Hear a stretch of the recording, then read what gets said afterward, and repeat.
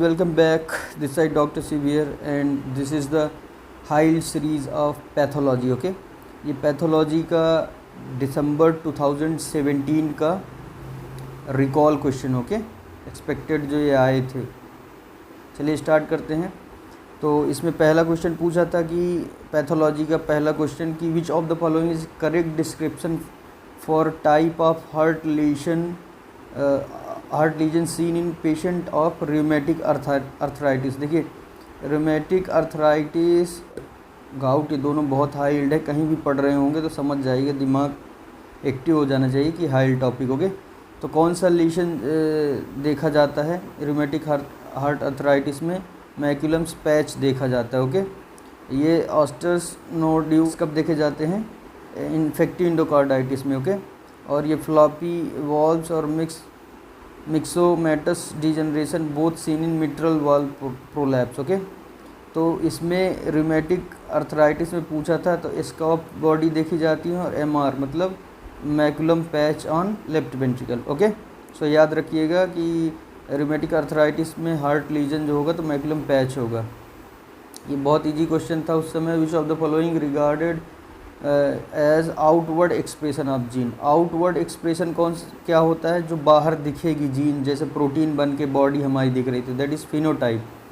और जीनोटाइप तो आप समझते हैं जीन का अरेंजमेंट। एंटीसिपेशन क्या होता है? Means suppose a person have a disease, next generation have more severe disease, ठीक है। ट्राई न्यूक्लियोटाइड रिपीट सीक्वेंस मतलब किसी पेशेंट को बीमारी थी, फिर जो नेक्स्ट जनरेशन में जाएगी तो और सीवियर हो जाएगी, दैट इज़ एंटीसिपेशन हो गया, ठीक है। अब ये थर्ड क्वेश्चन, ये जब भी कोई इन्फेक्शन होता है, बैक्टीरिया अंदर जाता है तो WBC कैसे ब्लड से उस साइड तक पहुंचती है, ये वाला टॉपिक है ना जो हाई यील्ड है okay. Rolling of leukocytes on endothelium is mediated by selectins के थ्रू वो मीडिएटेड होता है, रोलिंग ऑफ साइटोसिस। तो ये वाला टॉपिक अच्छे से ध्यान दे दीजिएगा, इससे क्वेश्चन पूछते रहते हैं, ठीक है। तो सेलेक्टिंग क्या करता है एक्चुअली कि ये स्पीडिंग ब्रेक एजेंट कहलाता है, मतलब वो आके इंडोथीलियम में अटैच होगी। इंटीग्रिन्स क्या होता है? Fermentation of WBC with endothelium cell. Transferrin क्या करता है? आयरन ट्रांसपोर्टिंग प्रोटीन है ये। PKM1 क्या है? Molecules which is responsible for the transmigration and diapedesis मतलब जब WBC इंडोथीलियम से स्क्वीज होके बैक्टीरिया को मारने पहुंचती साइट में तो वो PKM1 के थ्रू होता है ओके। अब ये फोर्थ क्वेश्चन है कि which type of anaemia seen in the patient of rheumatoid arthritis. देखो ये बहुत ही एक फेमस रियोमेटॉइड अर्थराइटिस का हर एक चीज़ जानना ज़रूरी है, ठीक है। और यहीं पे बता दूं कि हीमेटोलॉजी से ऑलमोस्ट 10 क्वेश्चन आते हैं ओके। हीमेटोलॉजी बहुत अच्छे से करना है। तो रियोमेटॉइड अर्थराइटिस में किस टाइप का एनीमिया दिखेगा? तो सीधा याद रखना है, नॉर्मोसाइट नॉर्मोक्रोमिक एनीमिया दिखता है। अब देखिए यहीं पे बताया गया है कि रियोमेटॉइड अर्थराइटिस में एनीमिया ऑफ क्रॉनिक डिजीज़ होती है ओके। जब भी क्रॉनिक डिजीज़ के कारण एनीमिया होगा तो ऐसा दिखता है, ये मतलब नॉर्मोसाइट नॉर्मोक्रोमिक एनीमिया। ध्यान से देखिएगा क्योंकि ऑप्शन में देखिए बहुत अच्छा घुमा के रखता है, नॉर्मोसिटिक हाइपोक्रोमिक एनीमिया ओके। देखिए ऑप्शन बहुत कंफ्यूजिंग है तो एकदम याद करके जाना है।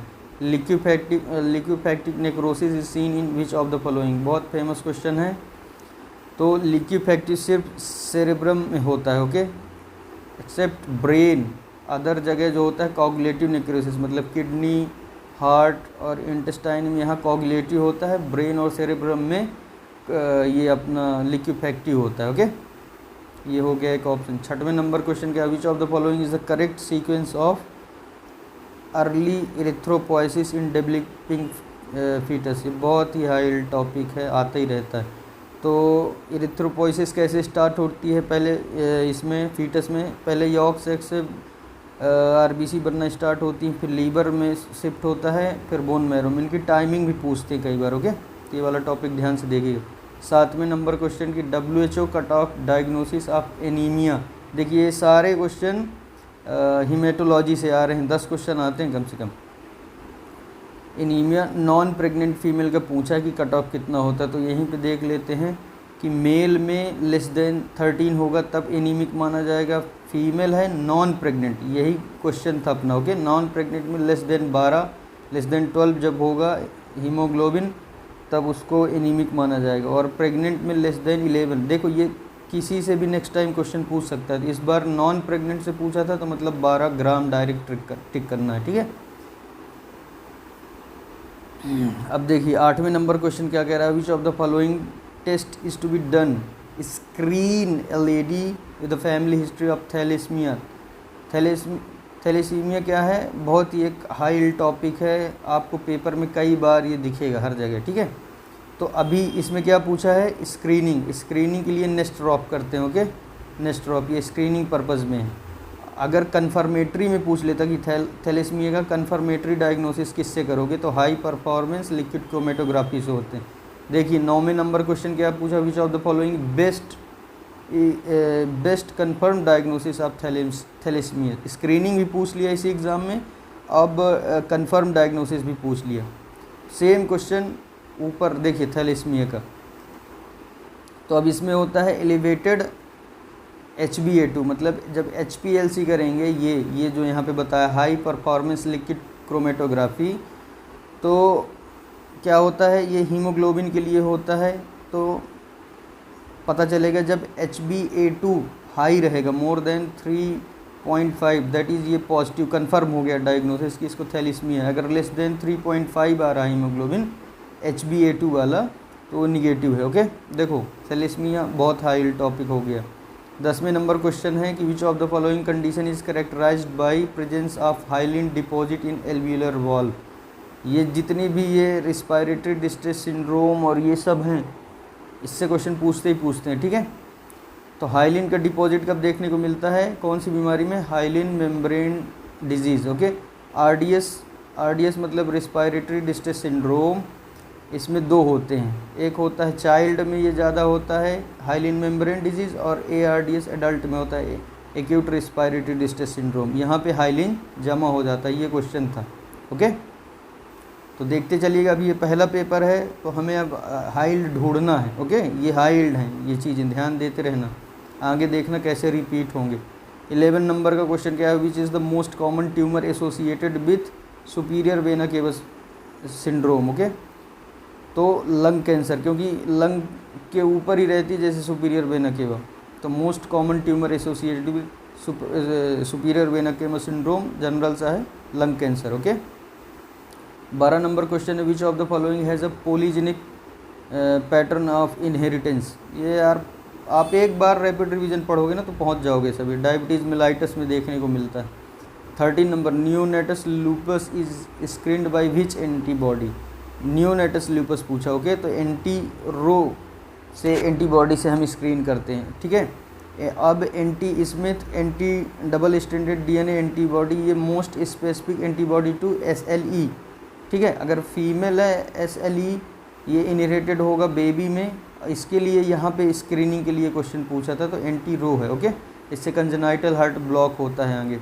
और एंटी फास्फोलिपिड एंटीबॉडी अपला सिंड्रोम में देखने को मिला, ठीक है। ये सारी चीज़ें ध्यान से सुनते जाइए, सारे क्वेश्चन बनेंगे आगे जाके कहीं ना कहीं। Lupus erythematosus best screening anti nuclear antibody, ठीक है। अब देखिए 14 नंबर क्वेश्चन पूछा कि P53 regulates which phase of cell cycle. Famous question है, आता रहता है, ठीक है। अब ये जब आप पढ़ेंगे ये सेल बायोलॉजी में एक्चुअली, तो यहीं सब मर्ज हो जाएगा, ठीक है। तो P53 regulates which phase of cell cycle, तो ये G1S में, ठीक है, जो सेल साइकिल का वो पूरा रेगुलेटरी फेज रहता है, तो वहाँ से पूछा गया है।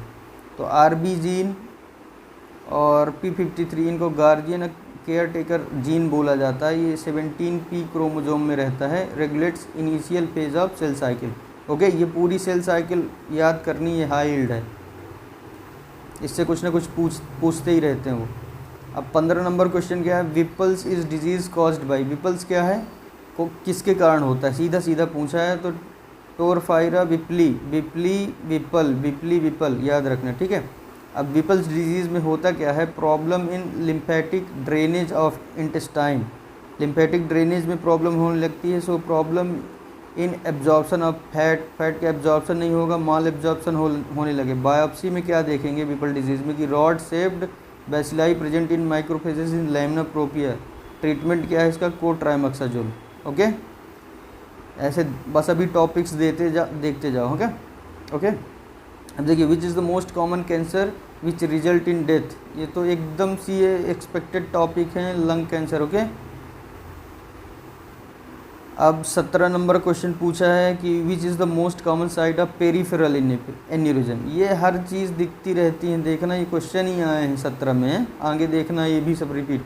पॉप्लिटियल आर्टरी, पेरीफेरल, ऐसे याद रखना कि पेरीफेरल पूछे अगर एन्यूरिज्म में तो पॉप्लिटियल, अगर सेंट्रल एन्यूरिज्म पूछे तो एब्डोमिनल आर्टा है, ओके। ये नेक्स्ट टाइम क्वेश्चन बन के आएगा। अब ये क्वेश्चन है विटामिन के लीड्स टू, जितने भी विटामिन हैं बहुत हाई यील्ड है उनको ध्यान से रुक के पढ़ना, उनसे क्वेश्चन आते ही आते हैं।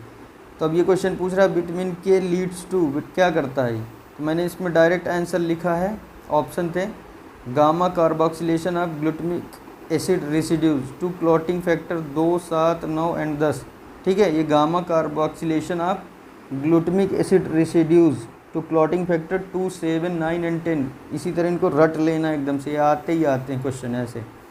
विच of the following has maximum smooth muscle as compare to the wall thickness, ये रिस्पायरेटरी से हैं, देखना टर्मिनल ब्रोंकियोल है इसका आंसर। मैक्सिमम स्मूथ मसल कहाँ प्रेजेंट रहती है, तो टर्मिनल ब्रोंकियोल में, उसके आगे स्टार्ट हो जाएगा अपना वो एल्विलाई वाला। Which is the most common site of carcinoma of oesophagus, ये सारे हाइल्ड हैं, देखो पहले से भी आप पढ़ रहे होगे तो आइडिया लग जाता है। कार्सिनोमा ईसोफेगस में कॉमन साइट है मिडिल 1/3, स्क्वैमस सेल कार्सिनोमा होता है, ठीक है। डेवलपिंग कंट्रीज़ में एडिनो कार्सिनोमा होता है और वहाँ लोअर 1/3 होता है, तो ये ध्यान से देखना, ओके। अब देखिए ये क्वेश्चन ब्रेस्ट कैंसर वाला तो आप समझते हैं सर्जरी के भी, ब्रेस्ट कैंसर हर जगह, रेडियो में ब्रेस्ट कैंसर हाई यील्ड है क्या। तो which of the following shows breast necrosis and calcification, ठीक है।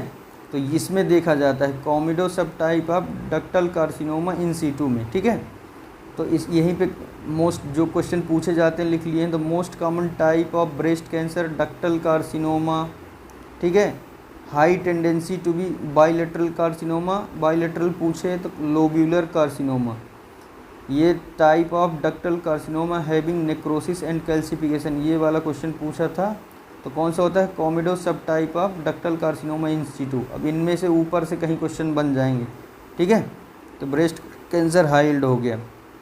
22 number question, mucosal melanosis and hamartomatous polyps are seen in, बहुत ही हाई यील्ड है ये, क्योंकि क्वेश्चन ही है तो अब समझ जाओ कि हाई यील्ड तो है ही है। ये प्यूट्स-जेगर सिंड्रोम में देखा जाता है कि म्यूकस मेम्ब्रेन में वो ब्लैक मेलेनोसिस हो जाते हैं, डॉट दिखेंगे और बहुत सारे पॉलिप्स हो जाएंगे इंटेस्टाइन वगैरह में, ठीक है।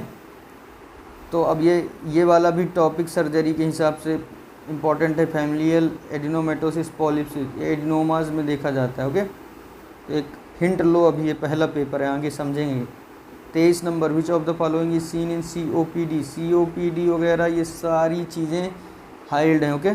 तो COPD में क्रोनिक ब्रोंकाइटिस देखा जाता है, एम्फाइसीमा जिसमें एल्वुलाई फट जाती है, ओके। तो which of the following is seen in COPD, direct एक ही दे रखा था, क्रोनिक ब्रोंकाइटिस, ठीक है। देखिए कितने क्वेश्चन आते हैं पैथोलॉजी से, सिंपल ओके, बहुत हार्ड नहीं रहते। In sickle cell crisis bone pain is due to, sickle cell crisis में बोन पेन किस कारण से होता है, तो ऑप्शन है बोन इन्फ्रैक्शन हो जाता है उसमें। और सिकल सेल क्राइसिस में हैंड फुट सिंड्रोम देखने को मिलेगा, फिश माउथ बर्ट्रीबा देखने को मिलेगा, और सिकल सेल एनीमिया में क्रू कट अपीयरेंस और हेयर ऑन इंडिपीरियंस, ये थैलीसीमिया में भी देखने को मिलता है, इसलिए ध्यान रखना ये सिकल सेल एनीमिया, थैलीसीमिया और जितने भी प्रकार के एनीमिया वाली चीज़ें हैं, मतलब हीमेटोलॉजी बहुत अच्छे से करना है, ओके। 25 नंबर क्वेश्चन क्या है, fatty liver with hepatomegaly is seen in, fatty liver और लीवर बड़ा भी हो रहा है, ठीक है, ये मेटाबॉलिक सिंड्रोम में देखने को मिलता है। और विल्सन डिजीज़ बहुत हाई यील्ड है, मेटाबॉलिक डिफेक्ट ऑफ आयरन, तो कॉपर का डिपोजिशन वगैरह होने लगता है, ठीक है। नटमक लीवर में क्या होता है, chronic venous congestion of liver due to right heart failure, okay. तो ये चीज़ें समझ रहे हैं आप। अब देखिए 26 नंबर क्वेश्चन में, विच of the following is not associated with pulmonary artery hypertension, इसमें पूछा था कौन सा एसोसिएटेड नहीं है, ठीक है ना। तो इंटरस्टिशियल लंग डिजीज़ एसोसिएटेड है, मतलब वो पल्मोनरी आर्टरी हाइपरटेंशन करेगा, लेफ्ट वेंट्रिकुलर हाइपरट्रॉफी भी करेगा, मिट्रल स्टेनोसिस करेगा, कोर पल्मोनाली नहीं करेगा। क्यों? क्योंकि वो कॉज है इटसेल्फ, ठीक है ना, मतलब उसके कारण ये होता है, राइट हार्ट फेलियर हो जाता है, ठीक है। ये एसोसिएटेड नहीं, उसका रिजल्ट है, ये एसोसिएशन पूछा गया था इसमें। सो 27 नंबर का question, which is the correct about female with chronic vomiting. ये अक्सर रिपीट होता रहता है, ठीक है, मतलब उसको बहुत वॉमिटिंग हो रही है तो उसकी प्रोफाइल चेक करने होते हैं। जैसे वॉमिटिंग करेगी तो HCl निकल जाता है वॉमिट करने में, तो हाइपोक्लोरेमिक, हाइपोकैलेमिक और मेटाबॉलिक अल्कलोसिस, क्योंकि एसिड निकल गया बाहर, तो याद रखना कि सब हाइपो हो जाता है और अल्कलोसिस होता है। ये क्वेश्चन अक्सर आता है, और ऑप्शन चारों जब दिए रहते हैं ना, हाइपर क्लोरेमिक, हाइपो, ये वो, तो कंफ्यूज हो जाते हैं अपन। अब देखो, intermediate claudication is defined as, intermediate claudication मतलब relieved on standing still, okay. Intermediate claudication में उसको खड़े होने में ही आराम मिल जाएगा, तो ये इसका आंसर है। 29 नंबर क्वेश्चन है, किडनी स्टोन वाज